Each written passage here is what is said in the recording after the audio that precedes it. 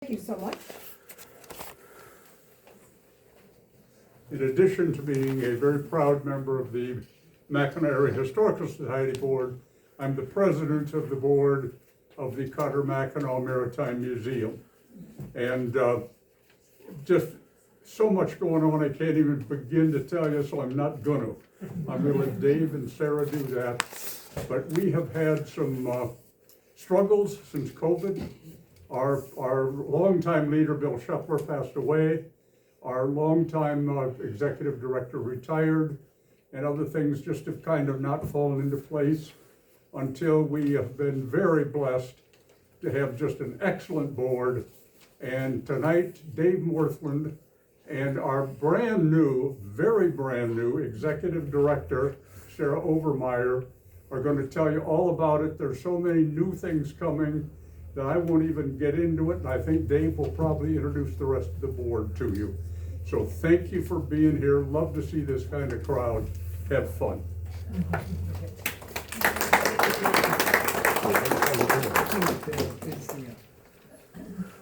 you.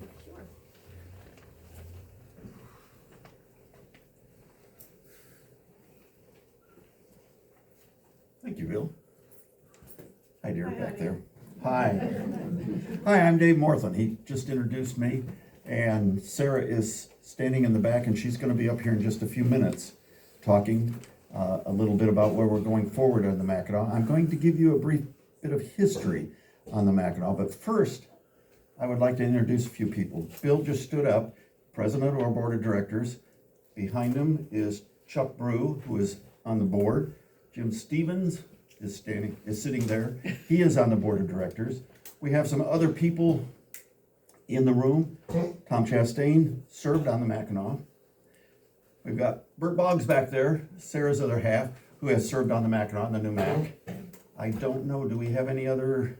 We also have Sandy Planasek back there, who was on the original board of directors when the Mac came up here. Did I miss anybody? Anybody else served on the Mac? Okay, we'll let that go then. I have to tell you, there's a lot of people in here that probably know more about this ship than I do. And so it's somewhat intimidating to start talking about the history of the Mackinaw when you're talking to people who know more than you do about it.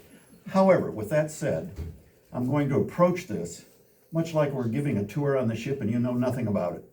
So we do this a lot every season and get people to come on and take the tour. And so I'm going to give you a little bit of a history lesson first, and then Sarah's going to take us forward. So we're looking at the Mackinaw sitting there at her berth. Why did the Mackinaw get built? And sounds like an easy question, but let's go back to, if this works, World War II. The Japanese bombed Pearl Harbor. When they did that, the United States was at war. So at that point in time, Congress, Coast Guard, Navy, talking about what do we need? We're in war. What's one of the most important things to build planes and ships and tanks? It's steel. And in our case, we have a unique situation here on the lake. But anyway, they needed an icebreaker. They needed an icebreaker because we have a situation where most of the iron ore in this country is found in the northern Great Lakes, over by Duluth and along that range. That's where the iron ore is. Ironically, most of the steel mills are in the southern Great Lakes, down around Gary and Pittsburgh and Toledo and along the southern Great Lakes. So the thought was, this is mission critical. We have to be able to get iron ore to make steel down to the steel mills all winter long. We're at war, this has to happen. So let's build an icebreaker to make sure that does happen. So 10 days after Pearl Harbor, they decided to build this ship.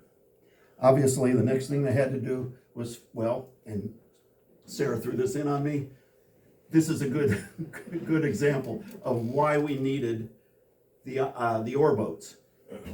You're looking at the capacity of 1,000 foot freighter carrying 70,000 tons of iron ore. So it would take 2,800 trucks or 700 trains to take enough iron ore to move that much material.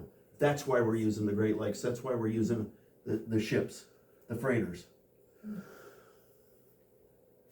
So the first thing they had to do was come up with a plan. I know this is really hard to read, but this was just a quick blueprint I found. So it's going to take a little while to design a ship. When they design the ship, I get to talk about engines. They were designing a ship. They had to build it quickly. They needed to be able to move this ship. What would the engines be on a ship like this? Normally today, we'd probably be building and designing brand new engines, but they didn't have time to do this. So they looked around and what works? Diesel electric locomotives work. And they've been here for decades. They were tried and true technology. So they thought, we've got them in stock. All we've got to do is build the ship, put the engines on the ship. These engines will produce electricity and power the ship forward. So that's why I wanted to talk about the engines for a minute. So they laid the keel. This was in 1943. And Bill's going to keep me honest on this one. But in 1943, they laid the keel and started construction of the ship. Now remember, the men are at war. So one of the things that they needed on building this ship is a lot of the women. Rosie the Riveter, Wanda the Welders. These ladies helped build this ship in the Toledo shipyards. They No did. rivets at all. Yes, no rivets at all. I realize that. Welders, So was Toledo electricians, where it was built? Toledo shipyard. So these ladies got to work on the ship and they built it. And in 1944, the ship was launched and commissioned in late, I think December of 1944. And the ship started its job breaking ice for those big ore boats out there. And that was only building it in 1 year. Wow. Remember, 1 year after they got the plans, they built that ship. So she started her mission on the Great Lakes. But after a while, actually after the war ended, and remember the war ended, this was a little bit of the irony on it. The ship was launched in 1944 in December. War ended about 6 months later. So, despite the fact that she was built for World War II, at the time, she served 1 year during wartime, one season, and then continued for her 62-year history breaking ice for commercial shipping. In those 62 years, we talk about the commercial shipping. What else did she do? She towed disabled vessels. She had rescue operations for marine disasters. The Mackinaw actually showed up when the Cedarville went down outside of Mackinaw City. Training exercises for the Coast Guard. They got a whole summer to train people out there. Participating in public events. You probably have seen the pictures of the Chicago to Mackinac boat race. The ship would escort those people. The Christmas tree ship, we load Christmas trees up in Sheboygan and they'd take them down to Chicago. So there were a lot of activities and things that went on besides all that. And people ask me this every year. Well, did the ship do anything else? Yes, the ship toured around the Great Lakes. There were a lot of fairs. There were a lot of times that they'd put into dock and let people come on board. They showed the flag of the Coast Guard as she went around the Great Lakes. Before I get to this, 62 years. Remember, these are 1938 diesel locomotive engines. They're wearing out. So the time came for the Coast Guard to decide she needed to be replaced. At that time, they decided to build a new ship and station her in Sheboygan, just like the old ship was. So they started construction on all that. The word went out the Mackinaw was going to be decommissioned. What I've got here is a little snippet of Captain McGinnis's last season as they went out to break ice. And I thought rather than my words, I'd let him talk about it. If I can get this to work.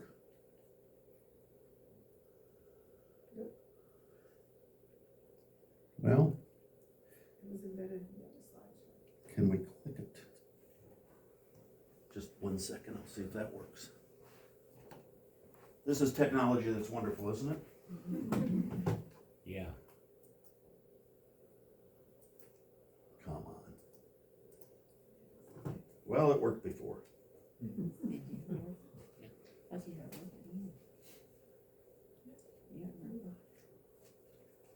I guess I'm gonna have to pass it.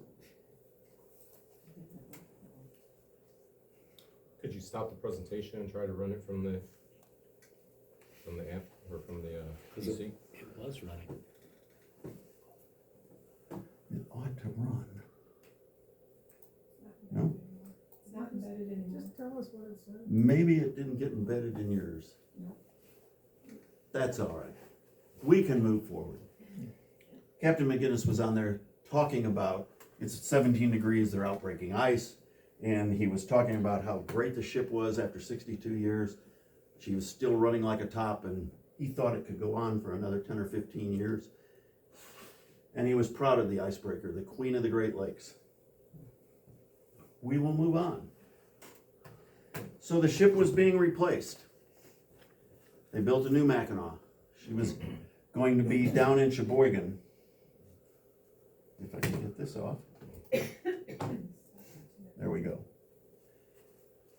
And before I get all to these dates, they were going to decommission the ship, and Sheboygan would have liked the retired ship to come there. And they were making preparations. The IMM actually, IMMM actually formed down in Sheboygan, and there was great plans to take the retired ship and place her in, as a museum in Sheboygan. And that planning went on for quite a while. I won't go into, it's a whole nother story for me to sit up here and talk about what didn't go right for Sheboygan and why the ship ended up here. But it's enough to say that after a lot of negotiations and a lot of frustrations from the Sheboygan people, it became obvious that the ship wasn't going to be able to be there. To make a long story short and to make it simplified, Bill Shepler says, I've got a dock in Mackinaw City, she can come up here. And with the help of other businessmen and leaders, the ship was to come up here. So on June 10th, 2006, they decommissioned this ship and commissioned a new ship, called her the Mackinaw. So now we've got two Mackinaws, one in Sheboygan and a retired Mackinaw. And June 21st, the last cruise came up to Mackinaw City. Now at that time, there were nearly 500 people aboard the old Mac as she steamed out to come up here to Mackinaw City. There was nearly 2,000 people on the dock waiting for her in Mackinaw City. It was a big day. And she took out on that cruise, she went around past Mackinac Island and Round Island one more time. She went under the bridge. Bill Shepler leaned over to McGinnis and said, why don't we sail around down to White Shoals? And he said, unfortunately, we're supposed to be at the dock in Mackinaw City at a certain time. So they came back around the bridge and brought her into dock. And she pulled into dock and has been there ever since for the last 19 years. On June 30th, the Coast Guard turned over the ship to the IMMM board here in Mackinaw City. And that first season, it wasn't really a museum at that point. We just got the ship in. It's parked. We haven't even gotten the keys to it at first, but there wasn't anything ready for a route. There wasn't anything for visitors to come see. There was stuff laying around the ship. It needed to be organized. So as I understand it, and I wasn't here, but I understand it, they brought people on to look through the portholes. It was exciting. The ship was here. They wanted to see it. We didn't open as a museum until 2007. When they finally walked off, look at that pile of keys. By the way, as Greg Brown can attest back there, we're still looking for some of those keys, what locks they go to. And you can see Bill Shepler's expression with Dick Mull as those keys were presented to us. A lot of locks on that ship. No master key? No master key. So our first season after it came here and after they winterized the ship and got it going, they did have guests. We had 15,000 guests come up. We had small guided tours. We had a lot of volunteers. When it started, the ship had lots of local volunteers walking around, taking groups of people through it. And they considered it a success. You can see the people on the fantail wandering around the ship, good exit surveys. We were starting to be a museum. We had paid docents plus volunteers. I think this gentleman over here looks suspiciously like Tom Chastain. Absolutely. That's me. That's him. That's I may also point out while he's sitting here, Tom Chastain was the only board member from Sheboygan that came up as a board member at Mackinaw City. Correct? correct. So he was involved in this. And he looks like he got surprised at whoever was taking it. I'm open to it. So we went another season. We opened up the bridge. It was a working process to get people going. We decided it was time to have self-guided tours. So instead of leading you all around the ship, telling you should look at this sign and look at this exhibit, now we staged people around the ship at key locations and allowed people to tour the ship and meet with our docents along the way. We also had some great plans in the beginning. When the original board put this together, it was kind of like the Field of Dreams. Build it and they will come. They all thought, well, if we bring it up here, we will find unlimited amounts of money that will come our way, and we can do something like this on that old dock. Great plans, and I think it was great foresight for those people to have these kind of plans. Unfortunately, the kind of monies that we needed for that didn't materialize in those early years. The idea is still sound. Something we still want to do. Sarah might tell you all about that, I don't know. So there the ship sits as it is today. In 2025, we have tours all season that start in late May and go through the early October. We've run thousands of people through the ship. We are very proud as a board of directors and an executive director to tell you that we virtually get no negative comments from our tours. Google and Facebook, all of these things are giving us just under 5 stars. You wonder why we're not getting 5 stars? Can somebody do something about those bugs in the spring? Because the ship turns black. That white structure there will turn black in May. The midges are horrible. Anyway, that's kind of a quick background. I do want to tell you we've got this great new executive director. Bill introduced her, but Sarah comes from a background. She was in the Navy on an aircraft carrier for 4 years. She has worked as a civilian for the Coast Guard for a number of years. We have the fortunate little add-on that her husband still is in the Coast Guard and is stationed up at the Sioux. So anyway, I want to turn how we're going forward over to Sarah. So would you come up? And thank you for your indulgence.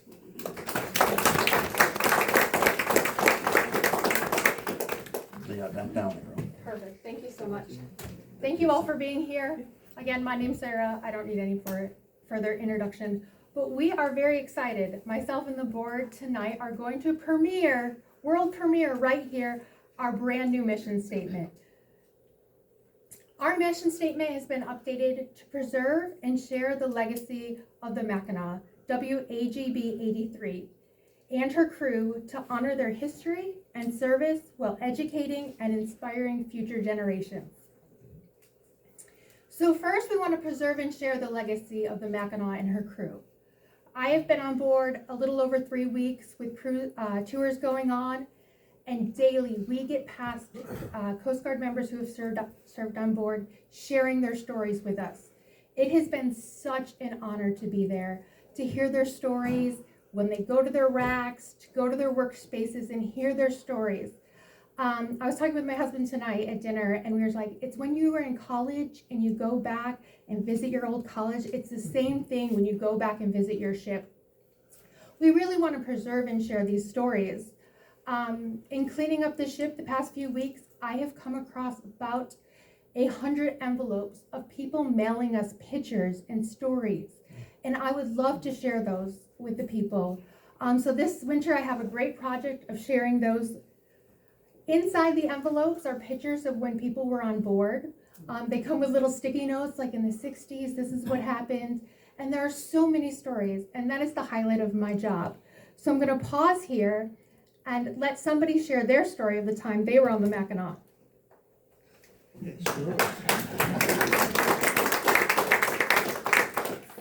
Thanks, everybody. Who doesn't know me, my name's Tom Chastain, local guy from Mackinac City. I was proud to be on the Mackinac. My uncle brought it to town in 1944 on New Year's Eve, and he was the first one to set on the dock in Sheboygan, Michigan. Tied up at the old coal dock. My dad was on it 2 tours. I was on the ship, and I was on the bridge the day she came home with Bill Shepard right next to me standing as we came home. So you've heard the stories about what the ship was made of and what it did. It doesn't tell you about the crew of the Mackinac. So let me tell you about the crew of the Mackinac. Right? My Uncle Norm that brought the ship to town had just been in the war 60 days before. His ship had been torpedoed by a German U-boat. They had him sewed up. He was going to go over the side, and he started to move. And if you ever heard the story about cold water drowning, where a body recovers again after that, he moved. And just about the time we were going to go over the side, he was there. So all these men that came to the Mackinac came from war duty. So they got in this beautiful icebreaker, brand new, 10,000 horsepower. She was the queen of the Great Lakes. She came to Sheboygan. That was seaside duty. They never had duty before that. So many of the women met the men from the Mackinac at a bar called the Gold Front in Sheboygan. Anybody knows about the Gold Front? It's legendary, you know? So along that time, many, many guys married women from Sheboygan, moved away, then came back to Sheboygan and made their home. Over the time, we've done like 25 years of reunions every 5 years. And then we tried to salvage her in Sheboygan. She was not salvageable. We couldn't raise enough money. The county wouldn't give us a millage for it. Luckily, Bill Shepard stood up and said, I have a dock for it. Dave said that earlier. He said, I lost the Chief of Wanham, and I'm not gonna lose the Mackinac. So he came home. Bill had this big party, big band, sold the tickets or gave the tickets away, and she sailed to Mackinac City. Pulled in. They sort of knew there was a couple feet of water underneath her. Captain McGinnis backed up, tried it again, the mud's flying, said, we're gonna make this dock. We might not get out of here, but we're gonna make that dock. And so the ship came to Mackinac City. So you saw some of the stories about the icebreaker. Many a time, the ships that get stuck in Whitefish Bay, 5, 6, 7 at them, or down in Ludington. I think he had a picture earlier, Dave, of a lighthouse. That was Ludington, with ships waiting, and where's the Mackinac, they say. They get on the radio, call the Coast Guard, where's the Mackinac? The little tugs couldn't do the job for her, but the Mackinac could, because she had 10,000 horses and she wouldn't back down. So with the new museum coming, they have to sort of get that story back to what it was like riding on a Mackinac. You gotta have a simulator like you did down at Cape Canaveral when you could fly in the shuttle. You gotta be able to sit down in that thing and feel the ship is shaking as she'd run up on the ice and stop. And so if you ever had a tray of food on your hand, all of a sudden you go, whoa, the ship came to a stop in a hurry. She'd back down, she'd back up, and you talk about blue ice in the Straits of Mackinac. The Mackinac was the queen of that. She'd back, hit it again, and so she won. So after ice breaking come, so back in those days, the ship worked 24/7. So we'd pull into the Sioux like at 10 o'clock at night. Call would go down to Sheboygan. The wives would find someone to watch the kids. They carpool it to the Sioux. Every motel in Sault Ste. Marie sold out. The ship got underway at daylight. Load coming down the river. So obviously there's a bunch of children that got born in November. I was born on Thanksgiving Day, so I can tell you the story is true. So it was a fun time. Being on the Mackinac, and all the reunions would come. Coast Guard would all turn out. The congressmen would come. They had big parties in Sheboygan for it. It didn't get to stay in Mackinac City, but now it's in Sheboygan. Now it's in Mackinac City. So we got to figure out a way to keep her in Mackinac City. How do we fund that part? How do we get a museum building? And that's what Dave and these guys are working for. So we need, Bill, you tried to get Eagle, DNR, always trying to get that dock going. And that's a beautiful picture of what they're trying. Sandy was on the original board when I came. I saw Sandy here. And she wrote the first grant, I think it was for $5,000 or something for the power line, the consumer power, Sandy, wasn't it? To come down to the ships. We had power to the boat for a while. We ran out of generator. And then the ship was turned over and we started going through it. Everything was on the Mackinac. You go to other museum ships and they would have, they would strip it off. They stripped the whole boat. The only thing they took was the sensitive gear off CIC, which is now the ham operator station on the bridge. Then we tried to figure out how to do this ship, And then that plastic gets up on a bridge, how do you get through there? How do you tell the story? That little room was our first meeting room. We went time and time again. A lot of old boats on the dock. How do you get them boats off that dock in Mackinac City? How are you gonna see the ship down there, you know? And that's the story to this day. So I gotta say, it's been a pleasure, you know, that all three of my family's been on that boat, and we're probably the only ones that could claim the fame that three members on the same family were proud to be on the Mighty Mackinac. In the summertime, you know, she would go to Grand Haven. It was a showboat. You know, she was Queen to Cleveland. She sailed the Great Lakes, the races, the Mackinac race, the Purple Hearts cruise. We even had the Playboy Club on one year on the back of the boat. Everybody was on fantail duty, you know. So the ship got underway and they sail with, and they take them back to the Navy Pier, and the Mackinac sail up with the race. She didn't do that at the end, but always she's been the Queen of the Great Lakes. So everybody can support her. That's what we need in Mackinac City. We need that support. We need to make sure the ship stays here. You know, if the home is where she at right now, or maybe we can get her somewhere else. We need to get a museum. We have so much stuff that's there that has to tell the story of the Mighty Mackinac. So, thank you, everyone.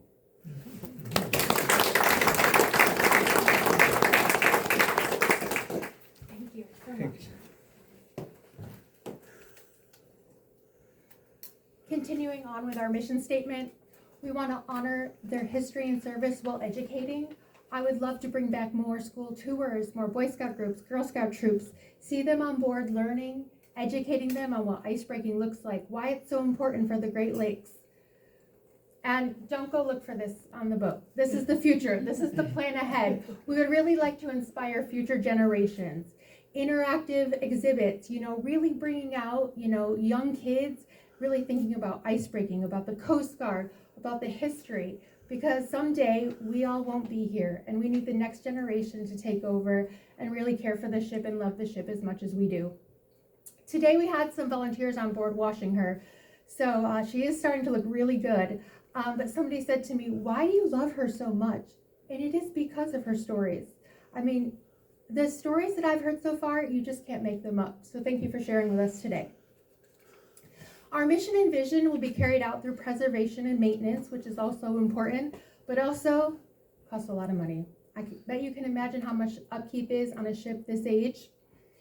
Education, visitors experience, we get the best feedback. Honestly, if somebody told me what my priority would be right now on this list, visitor experience would be the bottom, because everyone loves that ship when they leave her. We really need community engagement and partnerships and financial stability to move ahead. And very exciting, next year we get to celebrate 20 years in Mackinac City. And we are so excited. We've already started planning a big celebration, probably 2 weeks. I am a big party planner. But we want to celebrate her here. We want to celebrate the IMM and everything that she has brought here with us. I want to open up the floor to anyone who wants to share any sea stories.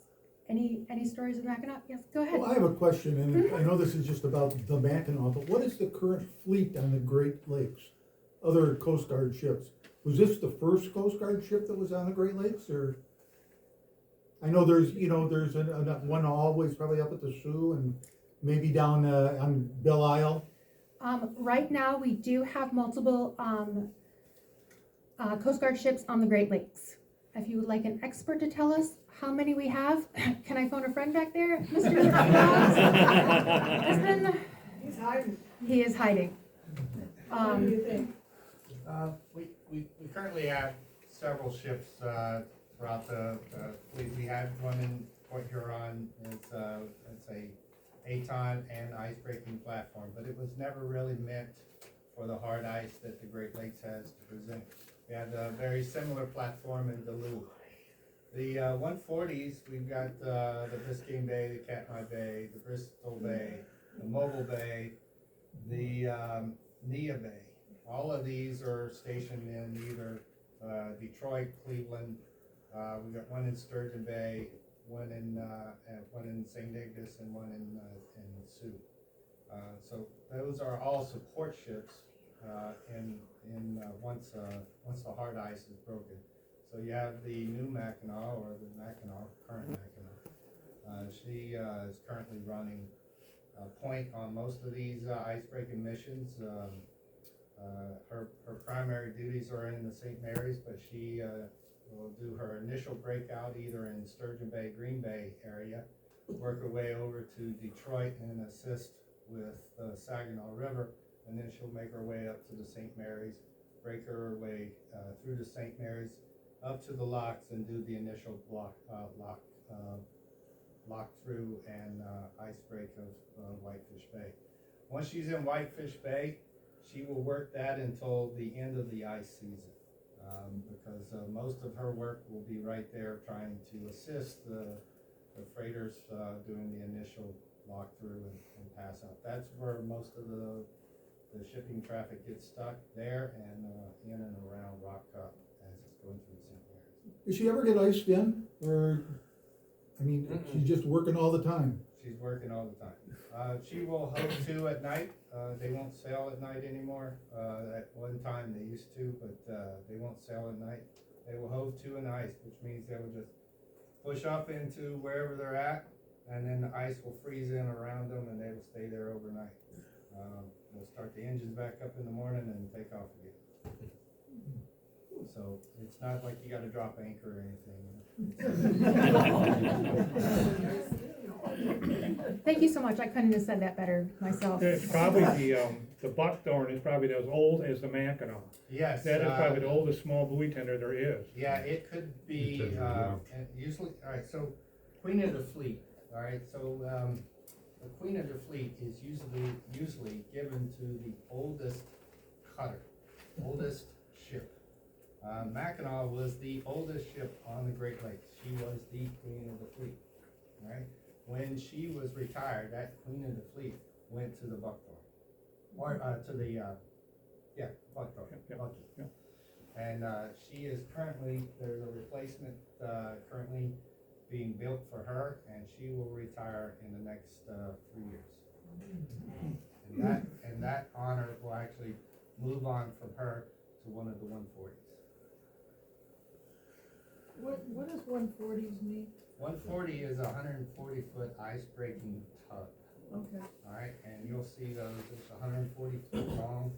I wish I had a picture to show you, but it's a workhorse of the Great Lakes. I'll tell you, she uses brute strength, and she's small enough to where she's agile to get in and around some of the stuck freighters and so forth, and then work her way around it. But when these freighters come in, if they're in like the Saginaw River, they used to call it mashed potatoes. The ice would be so crushed and so forth that once a ship got in there, it would be like trying to push your way through mashed potatoes. Right? Up in the Sioux or Whitefish Bay area, north of the locks, the ice would come in and then freeze in really quick around the ship, and it would just get stuck. And what they would do is they would come by and break a relief track on the side of the ship to allow that ice room to break away so it would move forward.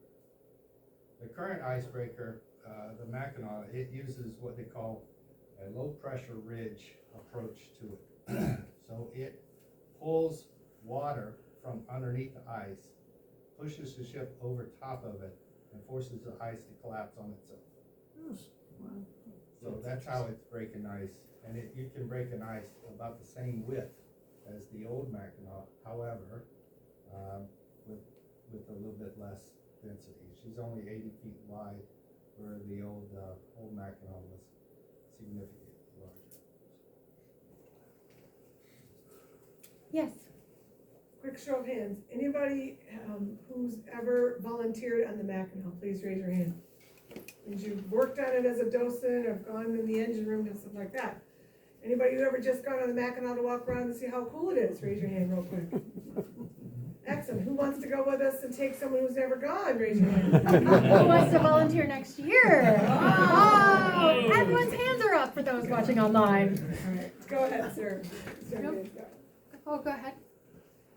Oh, me? Yes. Oh, I mean, when we talk about thickness of iceberg, I mean, what type of thickness are we talking about that she could go through? Dave, I'm gonna let you answer all the ice-breaking questions here, you know. I think they could go through up to 3 feet You know, of ice. You can come up here and, why don't we answer questions together. 3 feet at 6 knots. I'm sorry, I didn't hear you. 3 feet at 6 knots. 3 feet is 6 knots. 3 feet. Okay. Three And to would you five. wanna go faster than, I mean, could you? That's what she was built for. 6 knots? Did that get the answer you wanted? Oh, I'll take any answer. 3 feet? How thick of the ice? Yeah, how thick? 3 feet at 6 3 knots. feet, 6 knots. So if you exceeded the 6 knots, you could Oh, yeah, risk it'd go damaging? faster. Oh, okay. And it would go up, depending on wind rows, that's where they get into some real fun, but her biggest, theory on it, from what the guys that were on it tell us, backing and ramming was her favorite. What'd you say? Backing and ramming. Backing and ramming. Now, remember, she's got a prop on the front bow, Okay. was on the ship, that was copied after the Chief Wawata. Okay. And then, of course, she's got healing tanks where she could rock it. The ship could rock and roll and play some real neat games. We had I was born in Sheboygan. I remember as a kid, probably in the early 50s, they'd have a Christmas party for the kids in town on the Icebreaker Mackinaw. And I was there, I think, 2 different times. Me and my brothers and sisters got to go. But when Mr. Castine talked about the Gold Front, Saturday night, Oh, yeah. I remember it. John McCullen, Yeah, Yeah. and, yeah, John McCullen, Yeah. and there was the Gaiety Bar and the yeah, Snoopy, Charlie House Bar, but Snoopy's. all the locals would say, the Coasties are in town, and my God, they'd go down there and be the fights. That's the truth, Because they were after their local women. yeah, I mean, that's true, I remember that. yeah, me too. Yeah, we took a trip one summer on a Mackinaw up there. But what wasn't answered is why that icebreaker is painted white.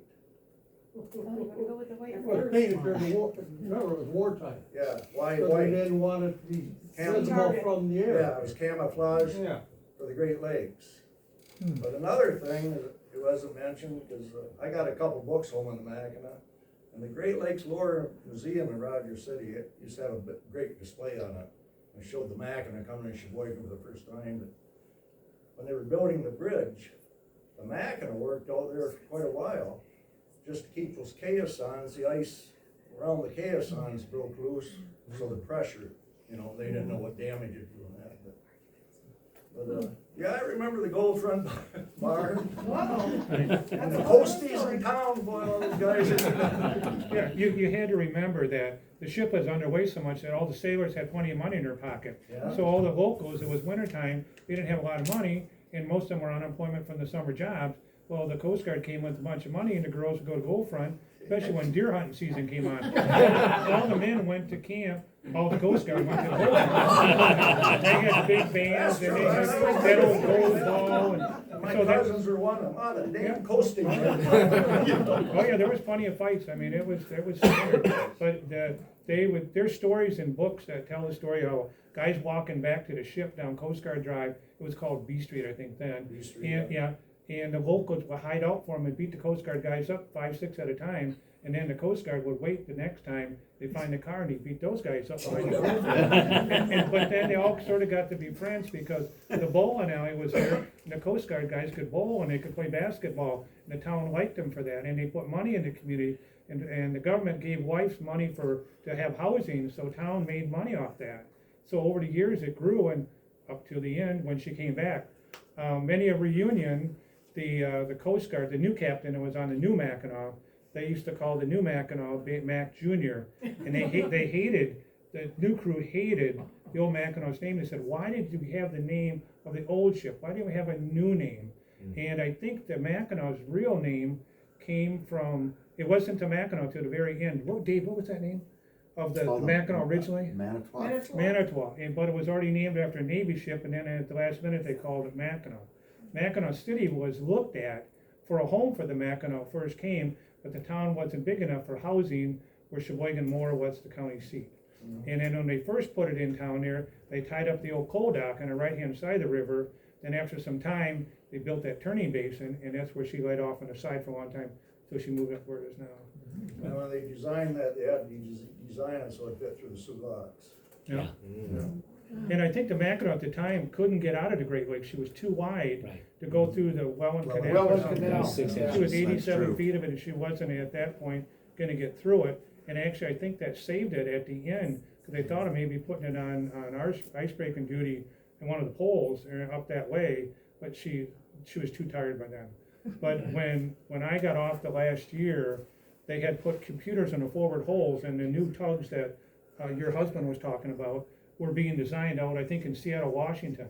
So as the ship would go through the ice in the straits, the hull would move in and out in the ribs, and they have computers would tell the ship how thick that ice was.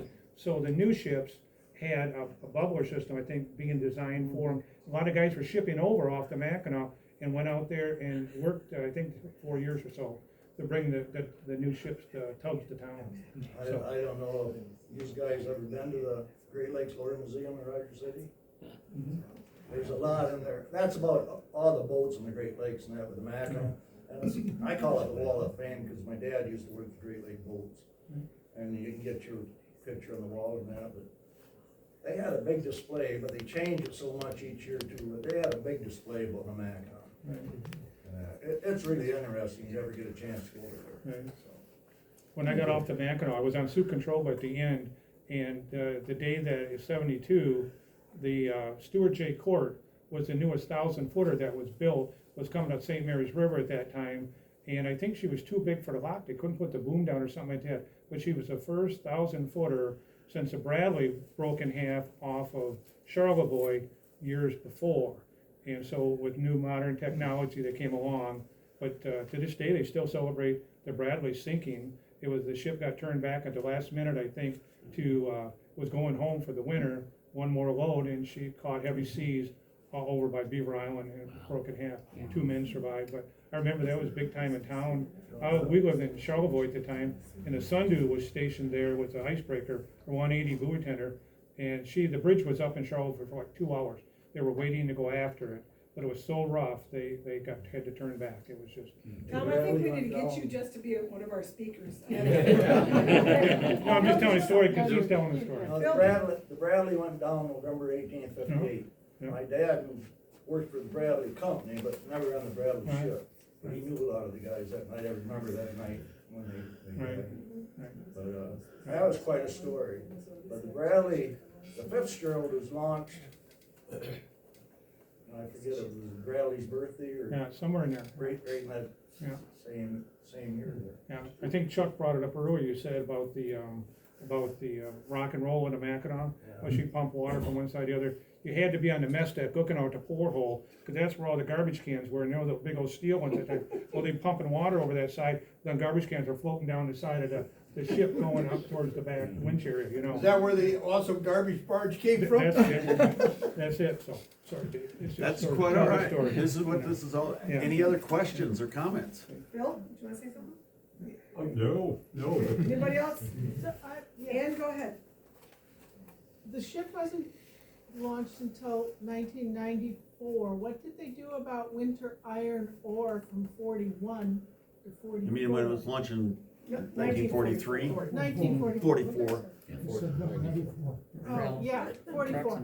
It's 3 So years. those 3 years of wartime, And they needed iron ore. and it wasn't the So did old, they use those 700 yeah, they were trains using and those other ships. 28, They were using those other ships, Trains and. trying to do it, and any other way they can get iron ore down there. There were times of the year that they didn't need the cutter, of course. Right. So the traffic was moving through the straits carrying iron ore during the good months. It was during the winter months. And you have to remember the last few months of the war, after VE Day, VJ Day, Victory over Japan, didn't come for a little over a year. I think it was late 45. So there was August 6th. August. yeah, oh, that one it was, okay. So that last winter, it would have been paramount in putting equipment on the road for Japan. And that was the huge service year was 1945. Yeah, another You question. failed to mention that most of that steel going to the southern Great Lakes went to Gary, East Chicago, and South Indian Chicago. Yes. East Chicago, It England. was US Steel, Inland Steel, and the Youngstown Sheet and Tube. Back where he used to work. Yeah, go ahead, I Bill. just want to say, Sarah mentioned this celebration in 2026. This is, we are planning a huge 2-week celebration that will involve the village of Mackinac. It will involve the Women's Club, it will involve the Historic Society, it will involve, you don't know it yet, but it will. We are going to get every organization. I've also already talked to our congressmen and to our state reps to have them save the date, so they will be here. What's the date? And the Mackinac is going to be the kind of start off of that celebration. And we are trying to revive the Playboy Bunnies, for those of you that Yeah, the women's club's all on that one. No, that was Those that can still walk. But you asked that date. That date is important. We're looking at June 20th next June year. 20th. Oh, June right, for 20th. all the midges. No, Yeah, I- post-Midge. We're no midges. We'll get past the midges. I also talked to the big guy, and he's gonna do away with the midges. So you're looking at, what we are looking at, a 2-week celebration with us launching on the 20th, when the ship came up 20 years earlier, with activities all the way up to July 4th, which is our 250th anniversary of the country. So we are putting as many things together in this community as we can in those 2 weeks. So we want you all to You're get all invited. involved. And Sarah also mentioned a minute ago, and you can take over on this thing, but we do need volunteers on the ship. When we started this organization way back when the ship came up here, primarily we were staffed by volunteers. Lots of volunteers. We have a volunteer, Sandy, still comes on the ship every year and helps us out. It doesn't mean you have to work 40-hour week or 20-hour week. We are looking for people who will work 2 to 4 to 6 hours, just so we can take care of lunches and we can put people in different areas. We'd like to expand where we've got docents on the ship. So we will take you for whatever you're willing to give, right? That's true. All good. Okay. Ladies and gentlemen, let's give a round of applause for Sarah and Dave and I love this. I have Sarah's notes here. Maybe I should read, no. Next month, we're gonna have, our lecture is going to be about the history of the Rainbow Motel, and hopefully you all will come back. Donna made amazing cookies, even chocolate chip cookies that were on the icebreaker, the recipe kind of thing over there. Pictures, a possibility if you want to get a picture near the icebreaker picture. Lots of things to do, talk to people. We look forward to seeing you. We also have Christmas in the Village on December 6th as well, so don't forget that. And of course, Heritage Village is always open daylight hours, not at night, just like the icebreaker. We don't do anything at night. So thank you guys for coming today, and I should say, happy birthday to the Navy today. Any Navy people here? Woo! Thanks again. Have a great night, guys.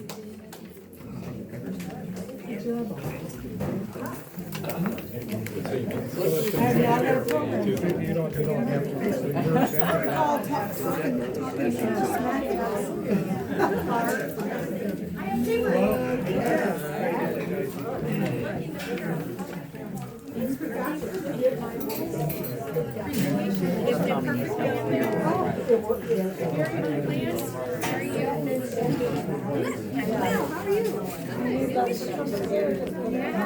How are you?